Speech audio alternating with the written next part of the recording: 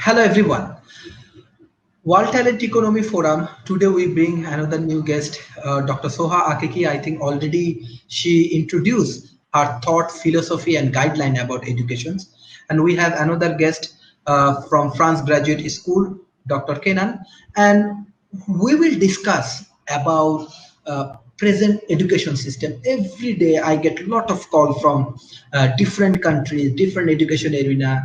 Everybody has challenges, everybody has problem. Many schools, colleges, universities now stop how they can open up their activities, how they can come up with their new education system, how they can do new research work. I think today you get a lot of interesting idea, thought, and guideline. And Dr. Soha Akeki is something like that. She not only a dreamer, she everything she loved to introduce and execute it. So today she will execute her thought and process. So hello, Dr. Soha Akeki and Dr. Kenan. How are you? Fine, Fine, and thank you? you. Yes. We want to know first the European education system and what's the thought you want to share with us about the new education system and how we can work and how we can implement. Okay, I'll let Kenan start because you know me already. I came here in June. I was with you for more than an hour. I will Yes. let Kenan, he is the director for academic affairs at IKI PGS, and we can discuss later. Mhm. So, Sharif, the question you're asking is about the education system in Europe. Yes, Is that yes, what you're? Yeah. yes. Okay. There, throughout Europe, there is distinct differences, obviously. Our system, I'm based in the United Kingdom. The United Kingdom system is obviously different from the French Mhm. system. Okay. And as you know, you being based in Malaysia, a very much English system there, Mhm. okay, with a lot of the UK universities now being based, Manchester University, Middlesex, all the universities now have campuses in Malaysia, Kuala Lumpur, different areas of the world. The whole concept of education has now become global, like most things. So, over the years, over the last few decades, it's really developed. The UK system obviously is widely recognized because obviously because of the English language itself. Okay, English language is now widely spoken all around the world. Okay, you're looking at key areas whereby English is a number one language. Hence, when you look at countries like Malaysia, India, Bangladesh, Pakistan, with high populations as well, they were former British colonies. And because they're former British colonies, the English system, education system of O levels, A levels, is very much entrenched into their individual systems as well. So when people are applying, they're looking at British universities. British universities are very widely recognized around the world. Obviously, we've got Oxford, we've got Cambridge, we've got London School of Economics, we've got all the top universities. But in total, we have 140, over 140 universities. Okay, so as you can see, we have a very popular education system. However, we are now coming, and Soha will also reiterate this as well. New challenges that we face at the moment in the world today. Um, Soha and I, we already had planned to move into online education because we really think that online education is the way forward as well. What we've done, and a lot of universities already started all this as well. So the European, there is distinct. I can only really talk about the UK system. The French system is distinctly different. However, Paris Graduate School, we are running UK sort of level education standards, mixed in with a bit of French as well, which obviously still has already maybe discussed in the previous seminar as well. Okay, so in a nutshell, That's what it is, Sharif. That's what we've come to. Yes. Dr. Soha Akiki, because you are a thinker, you are a philosopher. So my question is to you that at present we have challenges. What the possible solution we have for education system? For the challenges, it depends upon the challenge. Yes, yes. We have, for example, nowadays I know that many schools are suffering, especially because of this lockdown with this virus.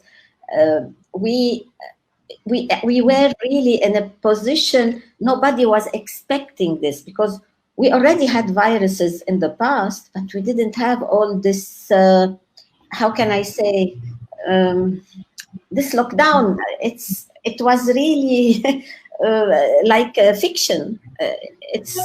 We couldn't believe it, that we can, on the 21st century, we are having this kind of behavior. But what can I say is that we have to adapt, and adaptation is a sign of intelligence. If we still want to be like before, there is before COVID and after COVID. And after COVID, we have to adapt to many changes.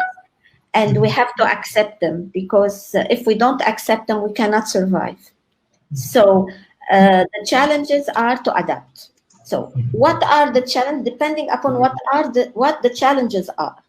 Now, if we feel that we want only international students, so now here we think only in online with someone. Sometimes once everything come back to normal, we can invite the students to meet somewhere in this world. You see that's what we are thinking about for the future.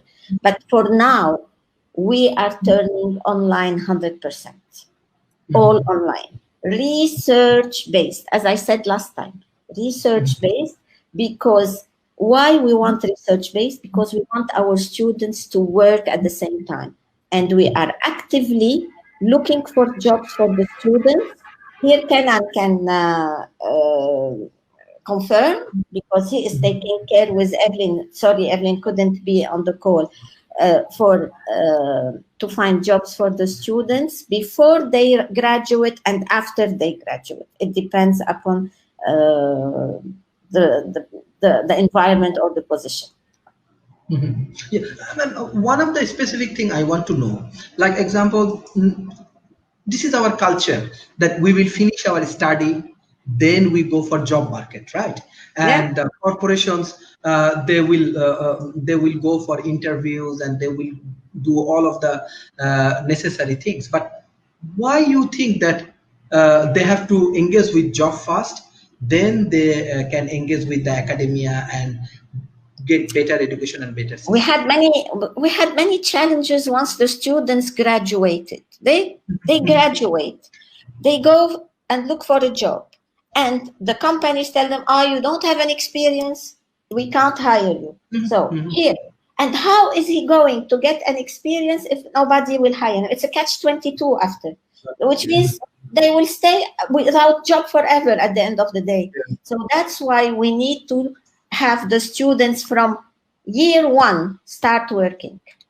See, and also, basically, following on what Soha was just saying, why do students, international students, spend so much money coming to UK, coming to Canada, Australia, New Zealand? Why are they going to the schools there? The Western, those so-called white Western nations, are they doing that because they want to better their lives? They want to get jobs after graduation. They want to get jobs. Okay, that's the bottom line. Okay, some of them may be traveling, may go back to their home countries, but large majority of the students actually stay in the host country of where they studied. They don't go back. They make it their home.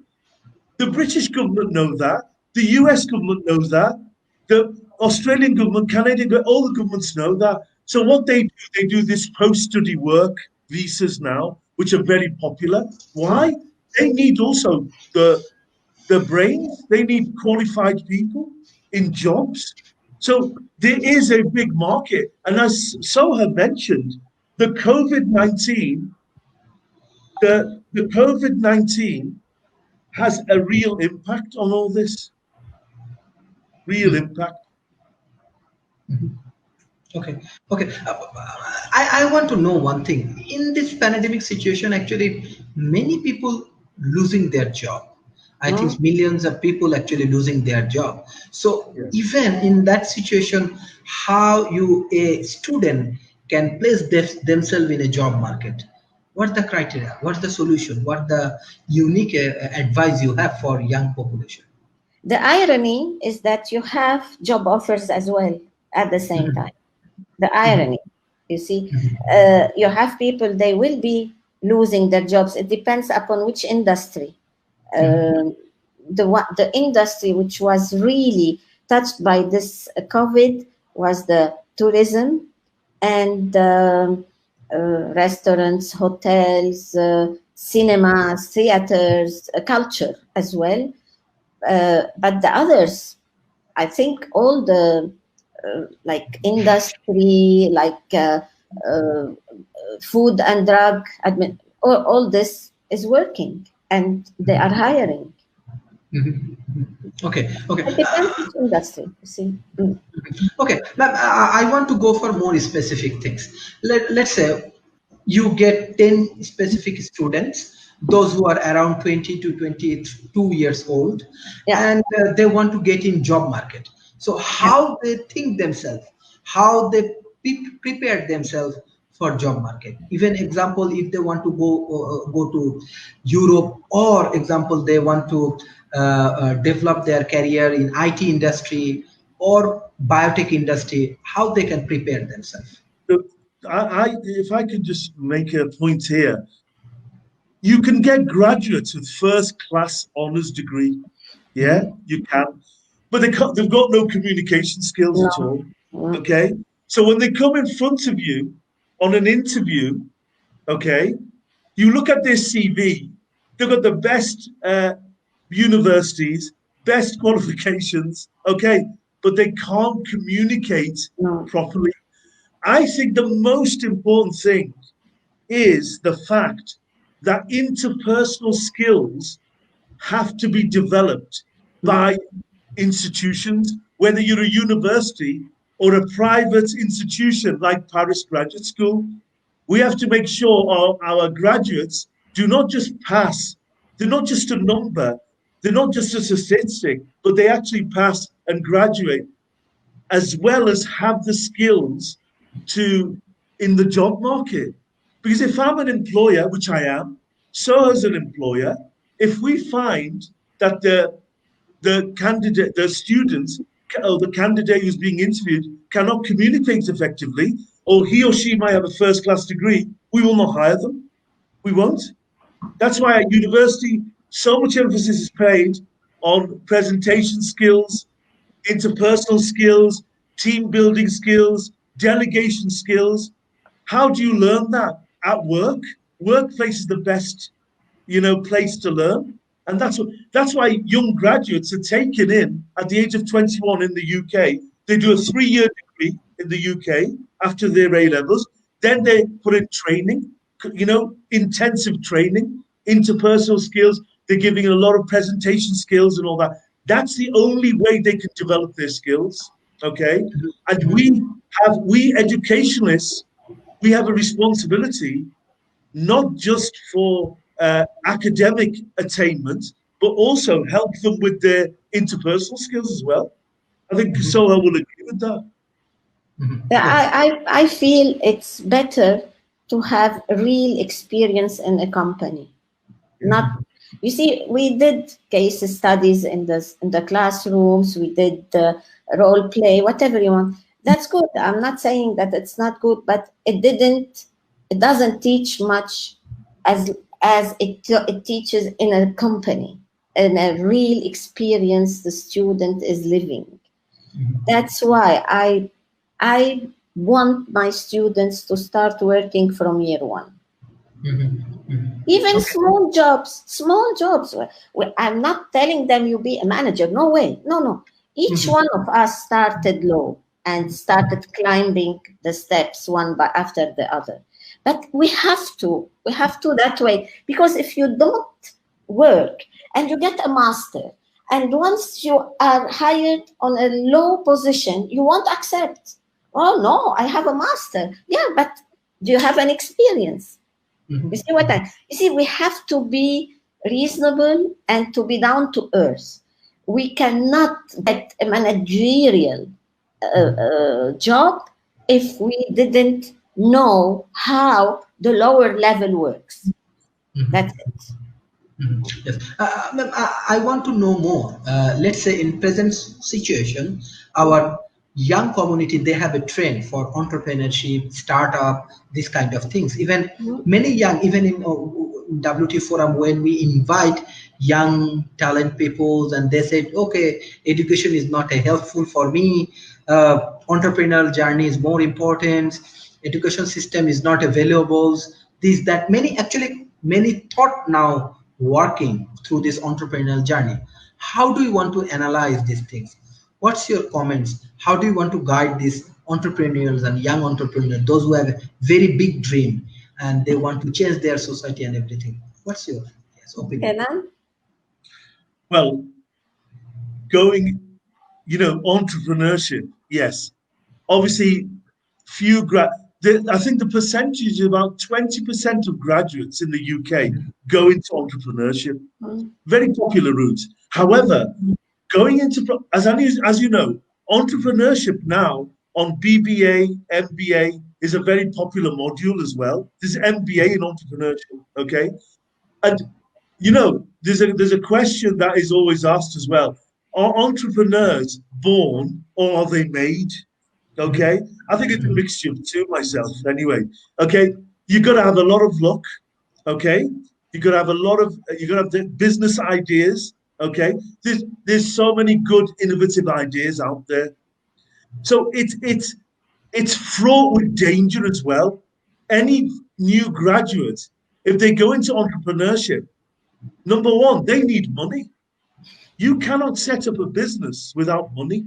Unless you're very, very lucky, unless you're 0.1%, where without money you've got a great idea and it's worked so well. Okay, no, you need a lot of investment with you.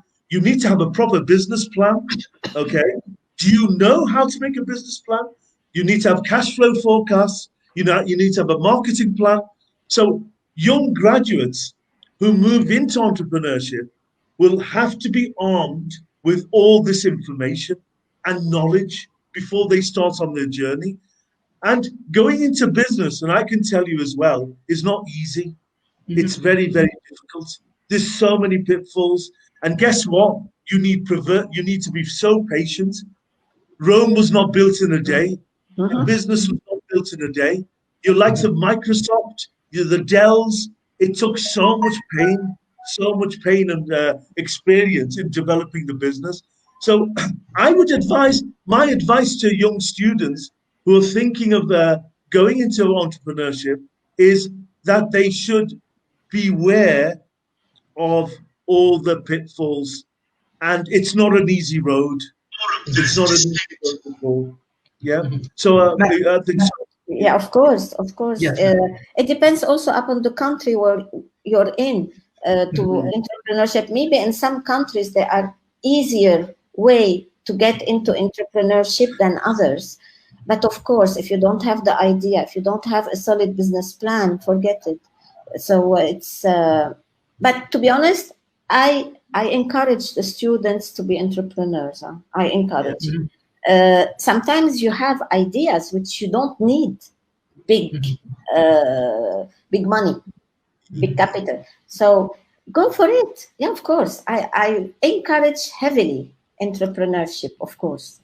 One point I want to know from our speakers, that you are come up with a different thought, like from undergraduate level, you are focusing on research.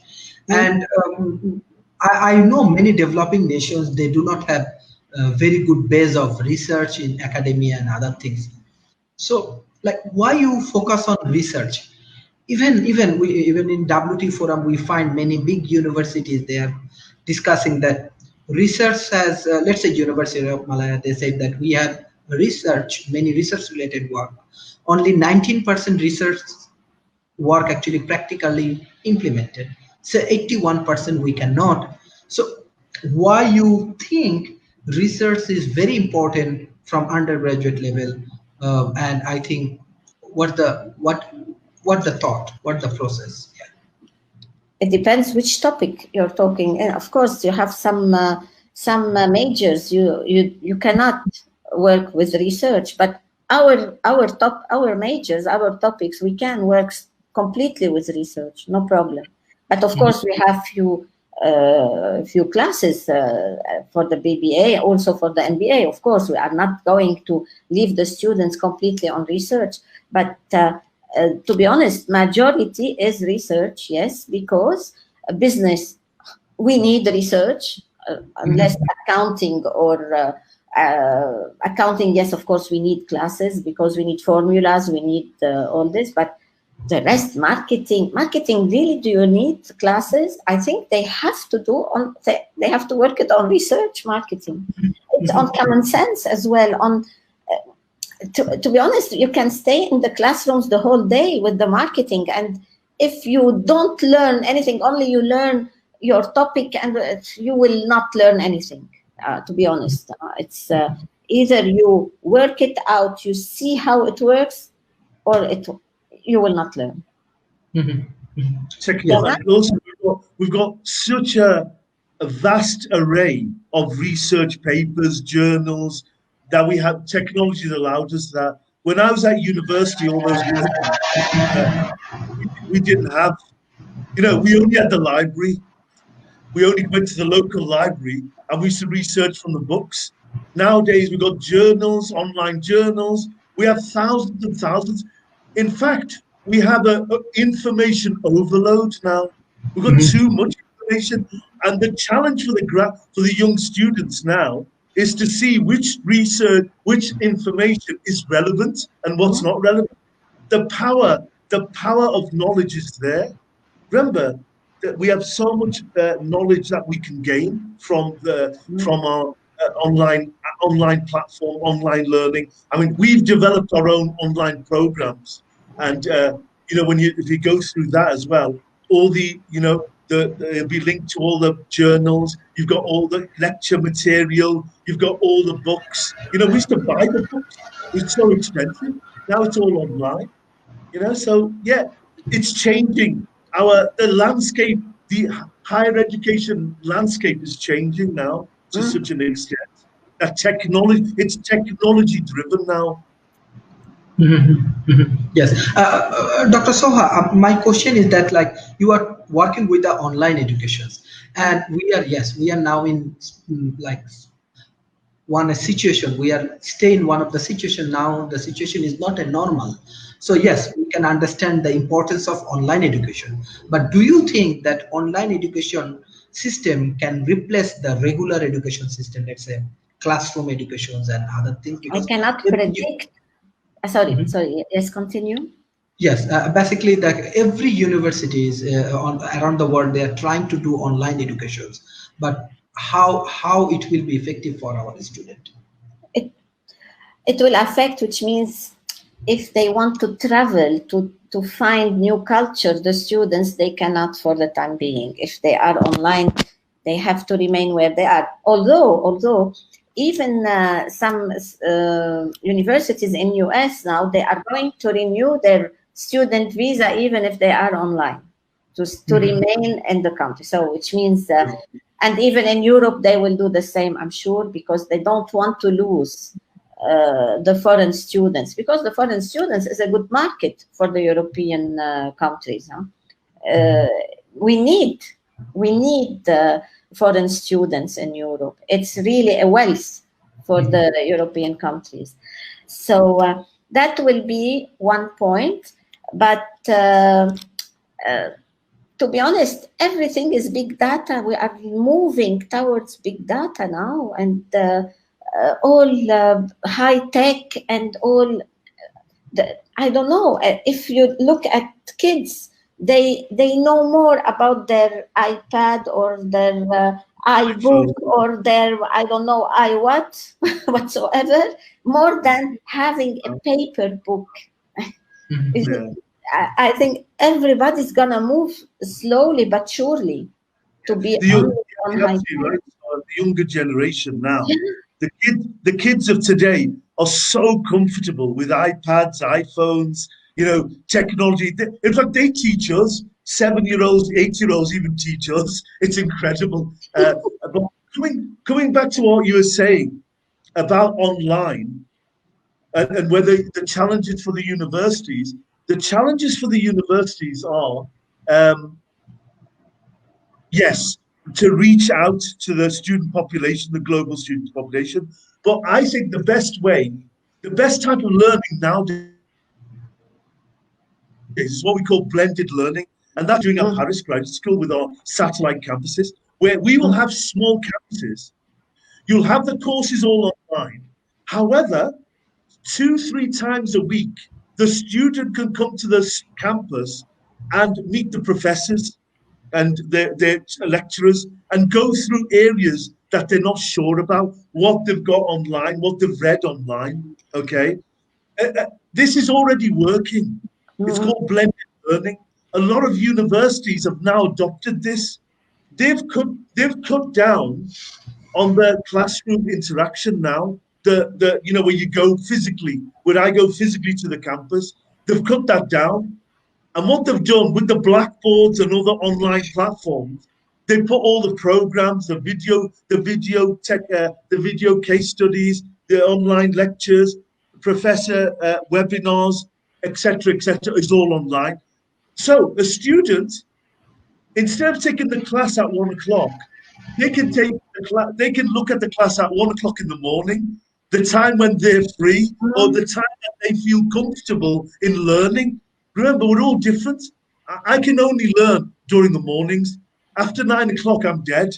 Okay. But for some people, after 9 o'clock at night, they're alive. Yes. Okay.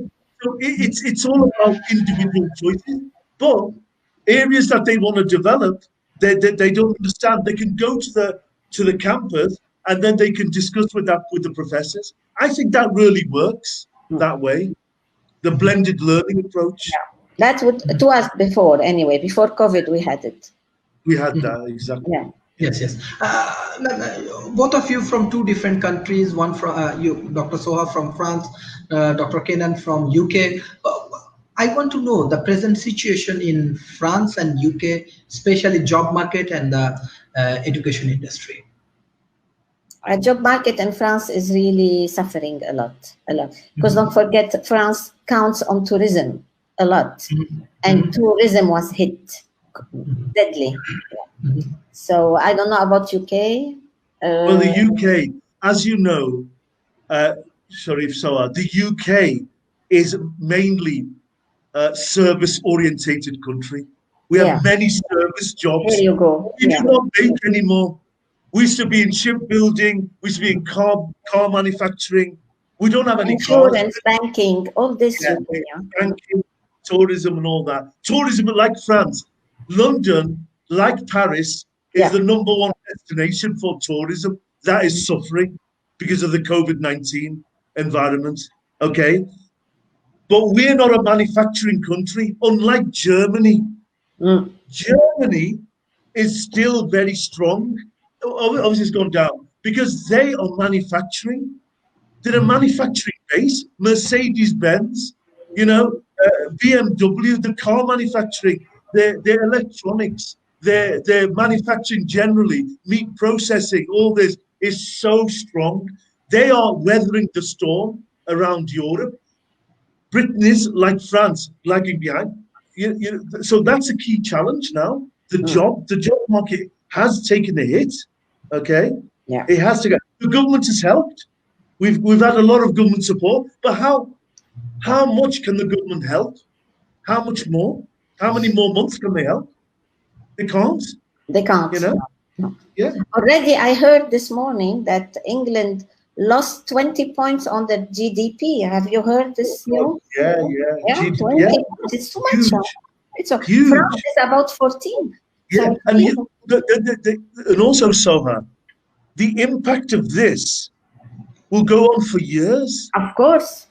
Do you remember way back 2001 when we had the terrorist attack in New York? How it lasted a year, 9 months, a year. Tourism, the airline industry, Airline. they all suffered. However, in this case, my God, it's going to last 3, 4, 5 years. Longer. Actually, the cycle will be a lot longer. Yes, thank you. There is an audience response. I want to take his question. He's Mohammad Sohail Rana. He said, excellent discussion. I think our audience is very happy for this discussion. And he said, how important is VR for the future digital education system? You want to know that, is there any possibilities in the future that virtual reality integrated with the education system? What's your idea or thought? I didn't get the question. Virtual reality. Yes. He want to know that virtual reality virtual. Can be integrated with this new education system, digital education system. What do you think, Kenna? Oh, sorry. Kenna? Yes. It's me. Okay. Yeah. Virtual reality. Yes, Sharif. I mean, that's a very good question. It's gonna have a massive impact over the next few years. As the advent of technology moves forward, virtual reality is here to stay. In fact, Soha knows, we've got 2 PhD students doing the virtual reality thesis. So as you can see, it's a very topical area. And I think this will have a real, not a positive impact on learning as well, because it's going that way as well. Where we have, already, as I mentioned in the previous question about online learning, this is the next level. This is the next level where we're going to go. In the future, do we need professors standing in front of you in the classroom? I hope now we are teachers. Yeah, I know. Yeah. Traditionalists like me and Soha will say, yes, we need professors in front. Yeah. You received one of our students, Christos, in May. Christos is a very interesting PhD candidate. He's finishing anyway his PhD very soon, and he publishes, and he is high demand in publications. He publishes worldwide, and you cannot believe how interesting to work. And he's working on cybersecurity. You see, it is our future. Even we need cybersecurity on education, we will need cybersecurity everywhere, because our world will be cyber-based world in the future. We have to accept this. We cannot run away from it. Many people, they say, "Oh, we don't want. We need human interaction." Of course, we need it. We need it because we are human. But we are shifting little by little. It's in front of our eyes, and we cannot do anything because it is on the way, and we have to adapt anyway. Yes. This is a very interesting idea. And besides that, I want to know the future of technology, because many of your students doing research on technology and other things. So how do you think this technology will be integrated with our regular life and industry and everywhere? Sharif, do you think we are going to think how it's going to be? Yes. If we are going through it, and we will be adapting step by step, and we will be there with it, and all of a sudden we say, oh, we are there. In the past, when we were thinking about self-driven cars, which means without a driver, it's fiction for us. Now it's reality, and we are going to accept it. You see what I mean? Everything which is going fiction, it's becoming reality, and we are seeing it day after day. Whether we want it or not, it's coming. Unfortunately or fortunately, I don't know what to say. Really, I don't know, because our life is, how can I say, it's easy. With technology, our life is easy. Yeah, yes or no? Yes, definitely. Everything we can say, this is our fingers, and that we have everything in 2 seconds. We go on Google or on other engines, we type a word and we have it in less than a second. You see, so, and we are used to it. Now, tell me, go and live somewhere where I don't have internet, I become crazy. But 10 years ago or 15 years ago, we didn't care whether we have internet or not. It wasn't our need. Now it becomes a need to have internet. You see, so, and life will be changing, and today's want or fancy things become needs maybe in few years ahead. See, so it is a very good question, but nobody has the answer. Only the engineers and the ones who are working on the IT, they will have the answer. Yes, definitely. Dr. Kenan, that how you want to analyze the importance of this technology and how they improvement our life and what will happen next few years? Like I just agree with what Soha's saying. It's during the 70s and 80s when all these we were getting emails and Apple first came on, and I'm just talking about my lifetime. I'm 58 now, so I've been almost 6 decades on this earth, and the changes started in the 70s. Okay, 80s it started. We had all these companies coming in. 90s we got the emails and things like this, and the new millennium has brought in so many changes. I can see in the next 10 years how one of the questions on the virtual reality, how this is going to impact. It's going to be absolutely humongous. And what Soha said is absolutely right. We will adapt. We're human beings, for God's sake. If you look at over the years, when the motor car first came over, everyone adapted. When the first aeroplanes come, we all adapted. We all embrace change. We should embrace change, though. We shouldn't see it as a fear. In the 70s, they said all jobs, robots will be doing all the jobs. To a certain extent, they are. In the car industry, robots are taking over jobs, aren't they? But we've adapted. We've looked at new ways of working. We've had new processes. We've had new technology. Our health. Look at our health. New types of operations, heart operations that robots do, things like this that are so precise. It's all about adaptation and taking up and embracing change. That's what I would do. And it's where we are in education. It's absolutely vital that we embrace changes, not be a sort of a negative. Do not look at it, oh my God, my job will go. My jobs still haven't gone. Universities are still recruiting professors. They still need the brains. They can't rely on robots. Yeah, I can see great changes ahead, more streamlined, better processes, and better ways of doing things. A year ago, could someone think that we will have a medical visit to a doctor through video conference? No. And now it seems 90% are on video conference. Can you believe it? You see? And we don't go to the doctors. Excuse me, Kenan? What did you say? No, we don't go to the doctors anymore. Every time, last time I saw the doctor 2 weeks ago, it's just on like this. Oh, where's it hurting? Oh, there.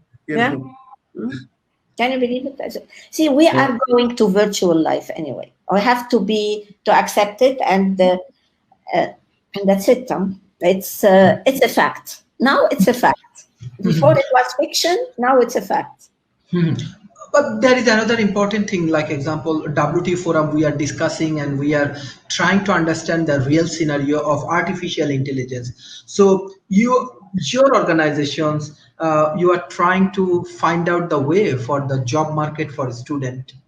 On the other hand, you are focusing on research, which is very much important for a student, as well as you know that AI also integrated, and for AI, many people may lose their job. So what do you think? AI will be positive for our young community, or it will be challenges, or what do you think? What your understanding? Yeah. You know, artificial intelligence will be killing jobs, that's for sure. But it will be creating new kind of jobs as well. You see, it's like this. Even with robotics, we said robotics will kill jobs. Of course, it kills jobs, but it created other types of jobs. Exactly, yeah. So we have, again, we have to adapt.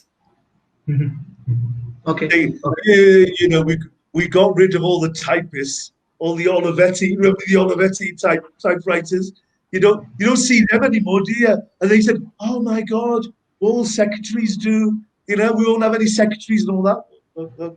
Microsoft Word has come and look, it's incredible. We don't need secretaries now. Yeah. We do our own secretarial work. Yeah. We know how to write letters. We know how to print them. We know. You see? Exactly.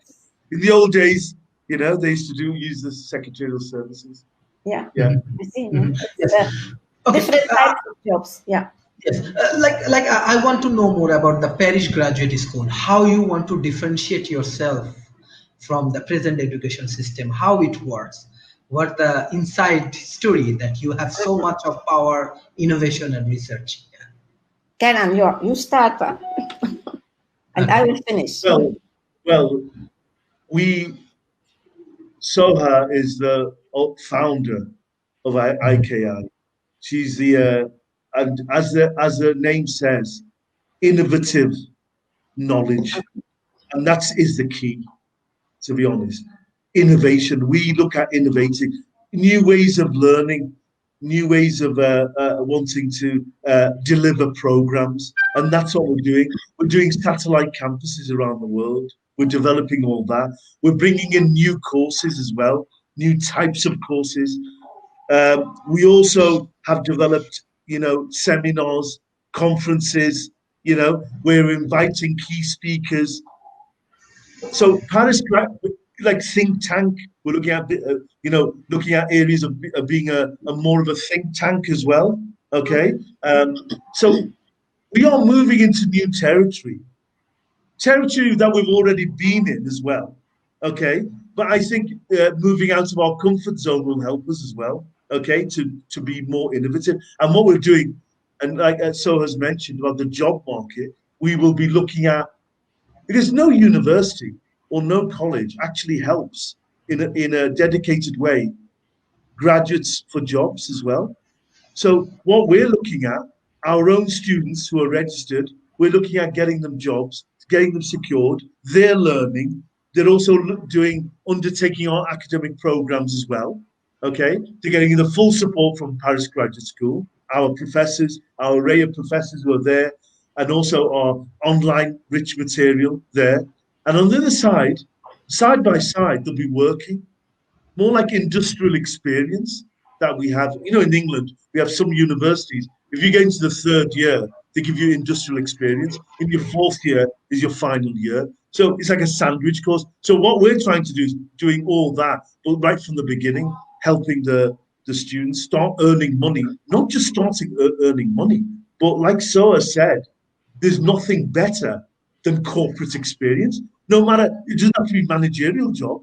It could be any type of job that they're learning from as well. That's the way I see it from my perspective anyway. Yes, Dr. Soha.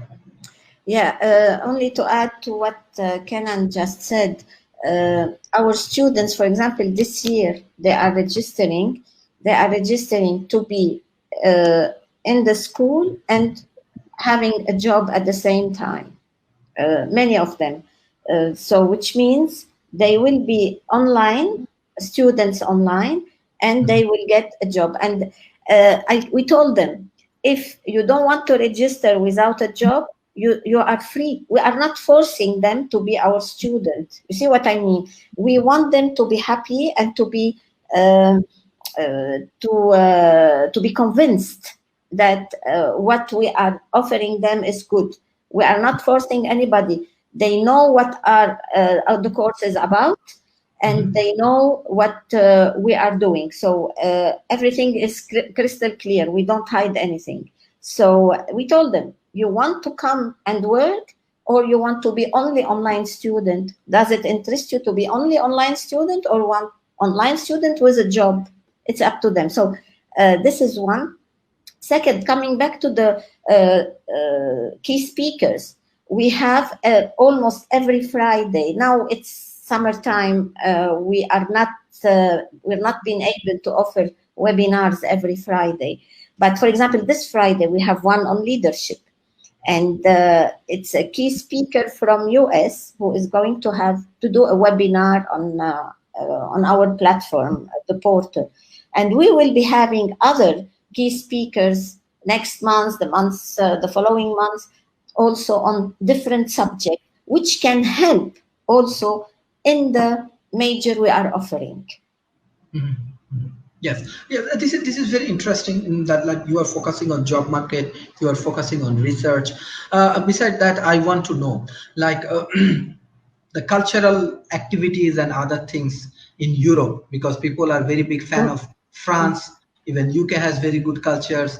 So from two different countries, can you share some cultural issues and Oh yes, of course we will be facing, because the students, when they are in Paris, we used to have plenty of cultural trips, museum trips, because especially France is one of the richest country in the world in culture, with the castles, with the museums, with everything.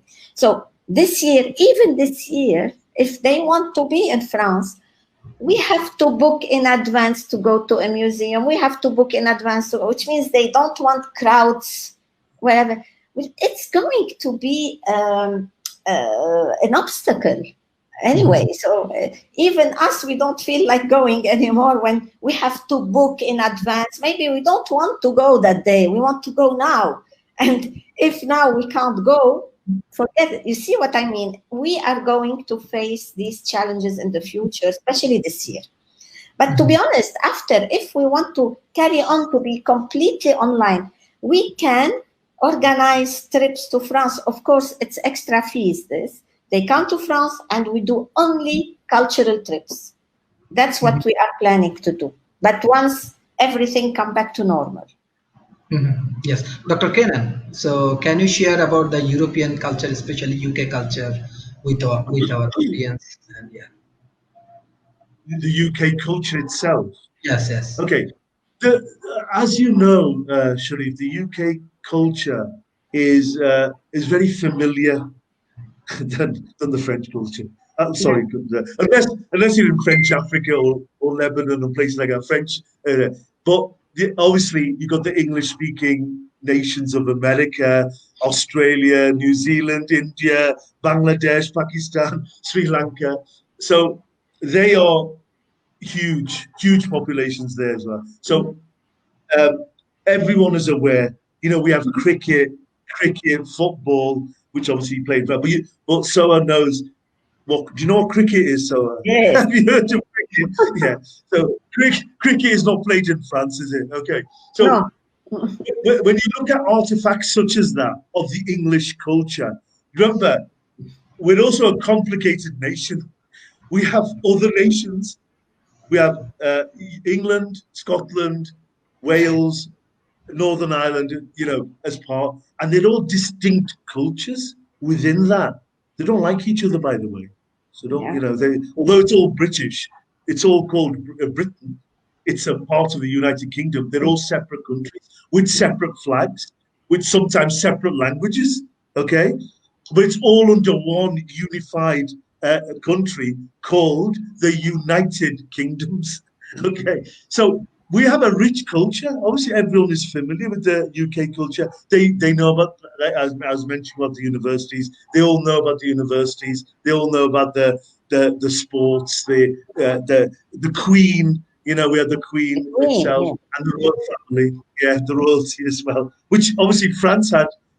So you got rid of them about 200 years back. Yes, You know, yeah, that's it, yeah. yeah, you got rid of the royalty, okay. But the royals bring in a lot of money. They all bring in a lot of tourism. That's there. Okay.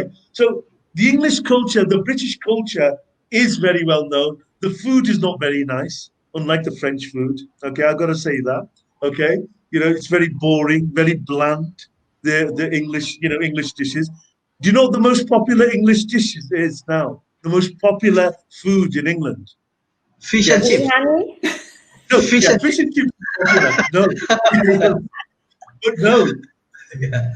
chicken vindaloo, chicken tandoori, masala, tandoori naan, chapati, papadam, mango pickle. It's all branded.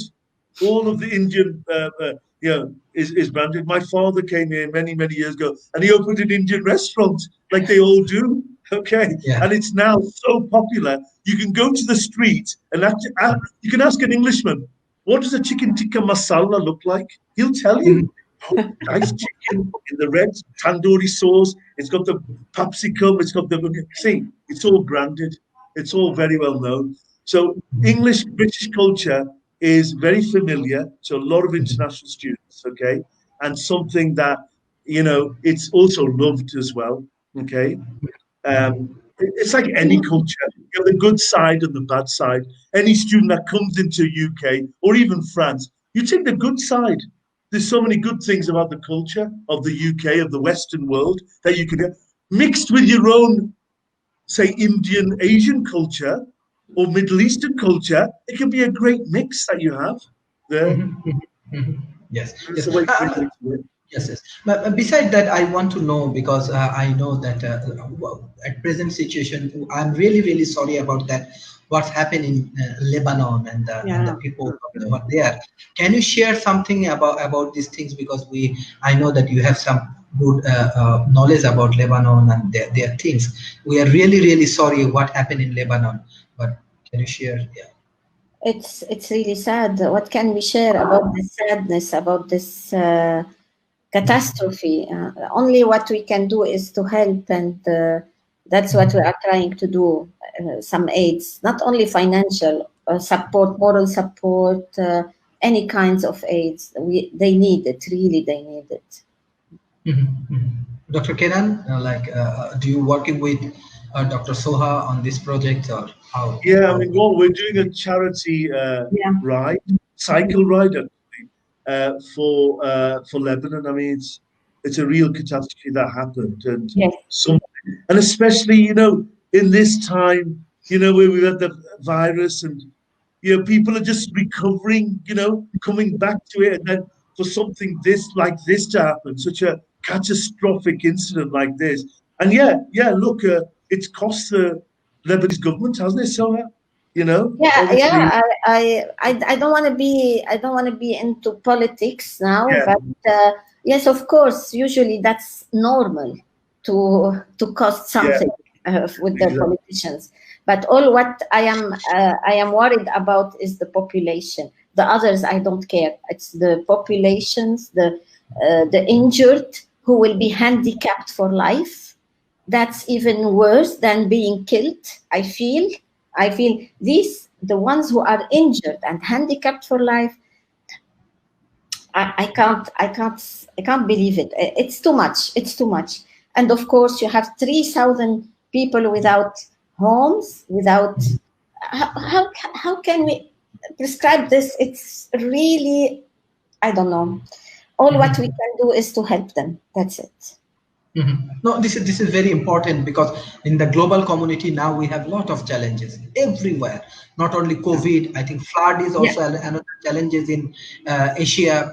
Then this Lebanon issue, we are really, really sorry about that. So anything we can do for your projects from Asia, definitely we're going to support you. And from World Talent Economy Forums, that we want to support more the Lebanon peoples and those who. Oh, thank you very much, Sharif. I will let you know. Thank you very much.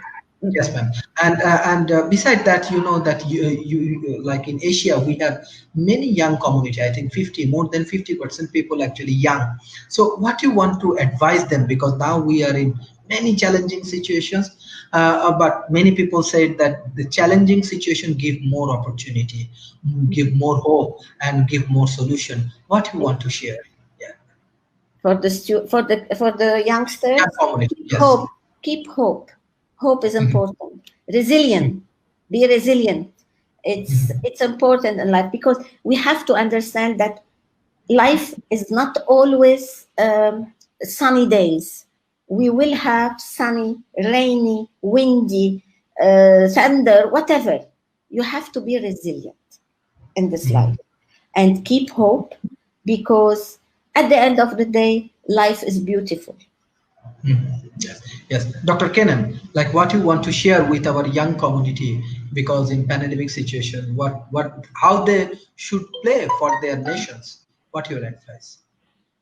Well, thankfully, the virus has not really affected them physically. If you look at most of the deaths that's happened, it's mainly older people, with or health, those with underlying health problems. The younger population have not been hit, but they've seen how it's affected their parents, how it's affected their grandparents. And this impact certainly has made an issue with them. And I'm confident, when we've had so many charity events and all that, young people have been at the focal point of this, real focal points. And I think it bodes well for the future that they themselves have taken initiatives in doing sponsored cycle, so many other charity events to help victims of the COVID. They've helped with the National Health Service. They've taken elderly people over from old people's homes. They've helped with so many things that they've helped in, and it's really heartwarming to know that our younger populations have appreciated it, and they can make it. They know in the future they can make an impact, because they know in the future they can be affected by this as well. Okay, and they've seen their own parents, and especially their grandparents have been hit very, very badly by all this. So I think it bodes well for the future. To answer your question, with them, we can count on them. We have to. Yes, yes. We get a very good idea about present education system, about present solution, because you think that young population, they need to be more focused on industry and job oriented. Then they can finish their education based on research, and they can collaborate and they can get support from your France graduate schools, both in offline and online in many ways. As well as I find that you do lot of seminar, conference, and many Mhm. interesting activities, which is actually help them to build up their credibility and build up their capacity. Beside that, we find that there are many challenges, but the more we have challenges, we have more solution, and technology play the next few years of the important role for our development and for our civilization and everything. So, what's your concluding remarks for these sessions, both of Dr. Kenan and Dr. Soha Akiki? Kenan, you start. Um, my my Obviously, with the future, is, we have challenges. We mentioned that. We mentioned what we're facing in education, what we're facing around the world. We've talked about the COVID situation, very current situations as well. So, but the way I look at it is, I think by adapting, by embracing changes, we will be fine. There'll be no big issues that we'll be coming across. Sorry, there will be big issues that we'll be coming across, very adverse, like we found. Oops, that we found, like we found with the virus effect, and these things will happen. It's how we adapt to it and change to it, our attitude, and also the way I looked at in the COVID, the caring nature's come out as well of human beings. You know, we've helped the neighbours, which we never saw the neighbours before. Nowadays, you can see your neighbours, and they'll try and help you with food, with health. We've also been more aware of our own health as well. I think that should be a wake-up call to everyone about looking at our own health and things like this. So I think it's a way that we're moving forward, more of a caring, sharing society that we should be. Not just about money, not just about business, not just about, there's so many things that we have to change and adapt as well. And I can add, I will be more individual. I want people to, no matter how difficult the road is in front of you, carry on. That's, we cannot stop if we see any obstacle. We carry on. As I said, life is not easy. Be resilient. Thank you for your very important discussion already. Humaira Tanzila, she said hello ma'am and sir, thank you for your time in this session. It's a very informative sessions. Mohammad Sohail Rana also, he said that it's excellent discussions. So hopefully by World Talent Economy Forum, more of the young community and the more of the policymaker, universities and NGOs, they will understand how you want to give them the solutions, and by this way we can improve together and we can grow together. Thank you for your valuable time and thank you for your advice, and it's a very, very informative discussion. Thank you very much. Thank you, Shireen. Thank you.